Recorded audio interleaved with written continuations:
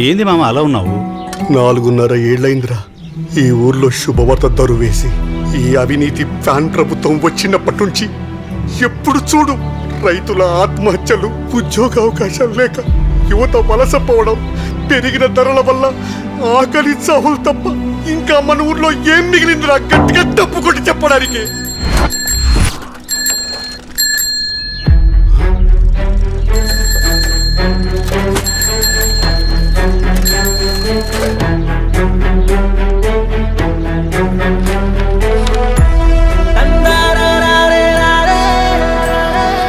ఇప్పుడే మామా ఊరే కాదు రాష్ట్రమంతా గంతులేసే దరువు.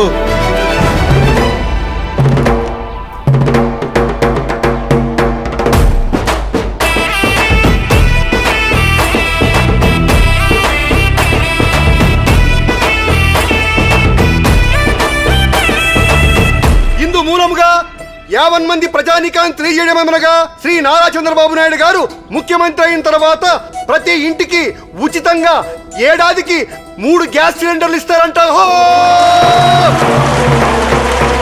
ప్రతి మహిళకి నెలకు 1500 రూపాయలు ఆర్థిక సహాయం ఇస్తారంట.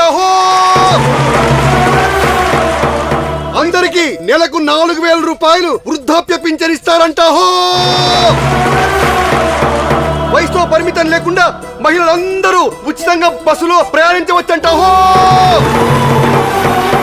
బడికి వెళ్లే ప్రతి విద్యార్థికి ఒక్కరు కాదు, ఇద్దరు కాదు, ఇంట్లో ఎంత మంది ఉంటే అంత మందికి ఏడాదికి 15,000 రూపాయలు ఇస్తారంట.